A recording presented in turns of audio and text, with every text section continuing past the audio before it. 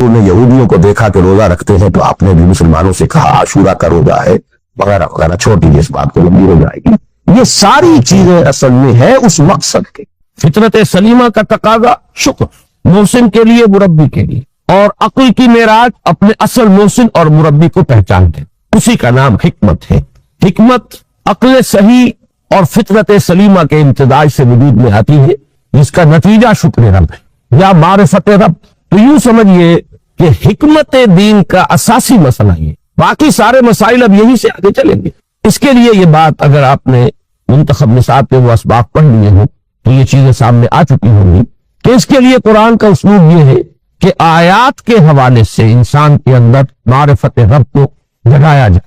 میں نے جگانے کا لفظ استعمال کیا ہے کہ قرآن کی حکمت یہ ہے کہ رب کی معرفت فطرت انسانی میں موجود ہے لیکن سوئی ہوئی ہے، ڈورمنٹ ہے، اسے جگانا ہے، اسے ایکٹیویٹ کرنا ہے۔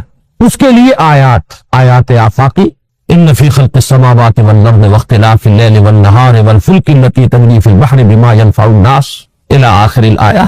اسی طرح آیات انفسی وفی انفسکم افلا تبصرون سنریہم آیاتنا فی الآفاق وفی انفسہم حتی یتبین لہم انہ الحق۔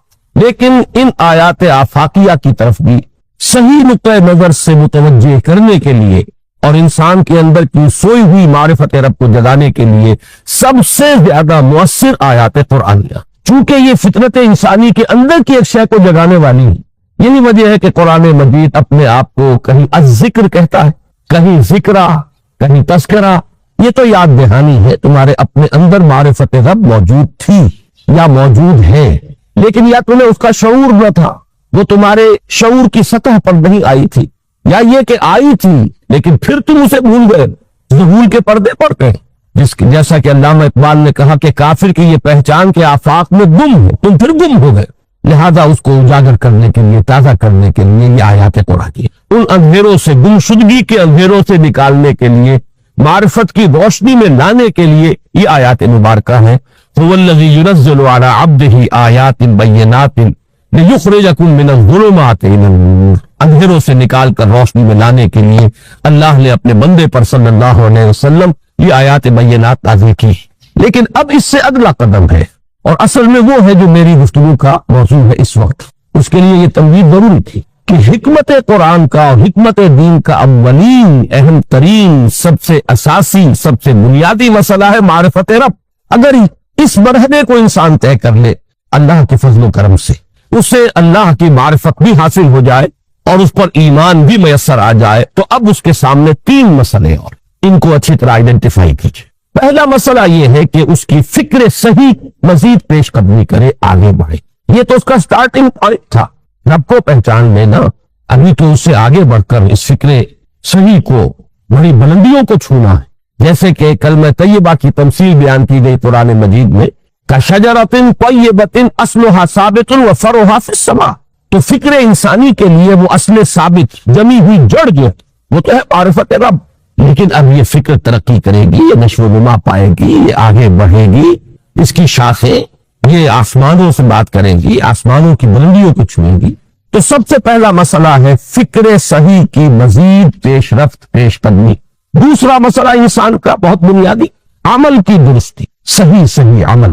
انسان اپنے نفس امارہ سے مغلوب ہو کر یا جذبات کی رو میں بہہ کر یا ماحول کے اثرات سے مرعوب ہو کر وہ کسی غلط رخ پر نہ پڑ جائے، تو اس کے عمل کو درست رکھنے کے لیے کوئی اسے سہارا درکار۔ اور تیسری ضرورت اس کی، یہ میرے نزدیک اس دور میں سب سے زیادہ نگاہوں سے اوجھل ہو چکی ہے، یہاں تک کہ ہمارے بہت سے دینی حلقے بھی، خاص طور پر ریلیجس ایکٹیوسٹ شمار ہوتے ہیں، جو دین کی احیائی جد و جہد میں مصروف نظر آتے ہیں، تجدید دین، احیاء دین، غلبہ دین، اقامت دین۔ ان کی بھی بہت بڑی محرومی ہے کہ وہ ایک تیسرے گوشے کو تقریباً نظر انداز کر، اور وہ ہے روحانی ترقی۔ اس لیے کہ انسان کی اصل عظمت کی بنیاد تو وہ روح ہے جو اس میں ٹھوکی گئی، وَنَفَخْتُ فِيهِ مِن رُوحِي، جس کا تعلق ذات باری تعالیٰ کے ساتھ ہے۔ کم سے کم یہ تو ہر شخص مانے گا، یہ بڑے سے بڑا ریشنلسٹ اور روحانیت کا منکر شخص، وہ بھی یہ تو ماننے پر مجبور ہے کہ اللہ تعالیٰ نے اس کی جو نسبت اپنی طرف فرمائی ہے، روحی، اس میں در حقیقت انسانی روح کی عظمت اور اس کی شرافت، اس کی بلندی اور اس کی بزرگی کی طرف اشارہ ہے۔ بہرحال اس کی ترقی، فکر صحیح کی ترقی۔ نمبر 2 عمل کی درستی، اس میں افراط و تفریط نہ ہو، اس میں انسان نفس امارہ سے مغلوب ہو کر یا جذبات کی رو میں بہ کر یا ماحول کے اثرات سے متاثر ہو کر کوئی غلط اور غیر متوازن راستہ اختیار نہ کر لے۔ اور نمبر 3 روحانی ترقی۔ اب ان میں سے پہلی چیز کو لیجئے، فکر صحیح کے مزید ارتقاء اور اس کی مزید پیش قدمی کے لیے قرآن حکیم نے بھی سورہ آل عمران کے آخری رکوع میں ذکر کو سب سے پہلے اور سب سے اہم عامل کی حیثیت سے شمار کیا۔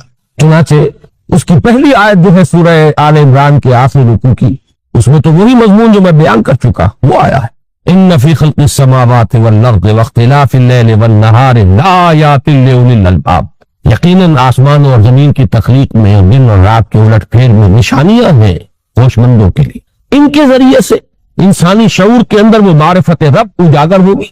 وہ پہلا مرحلہ اس نے طے کر لیا، وہ ڈورمنٹ معرفت اب ایکٹیویٹ ہو گئی۔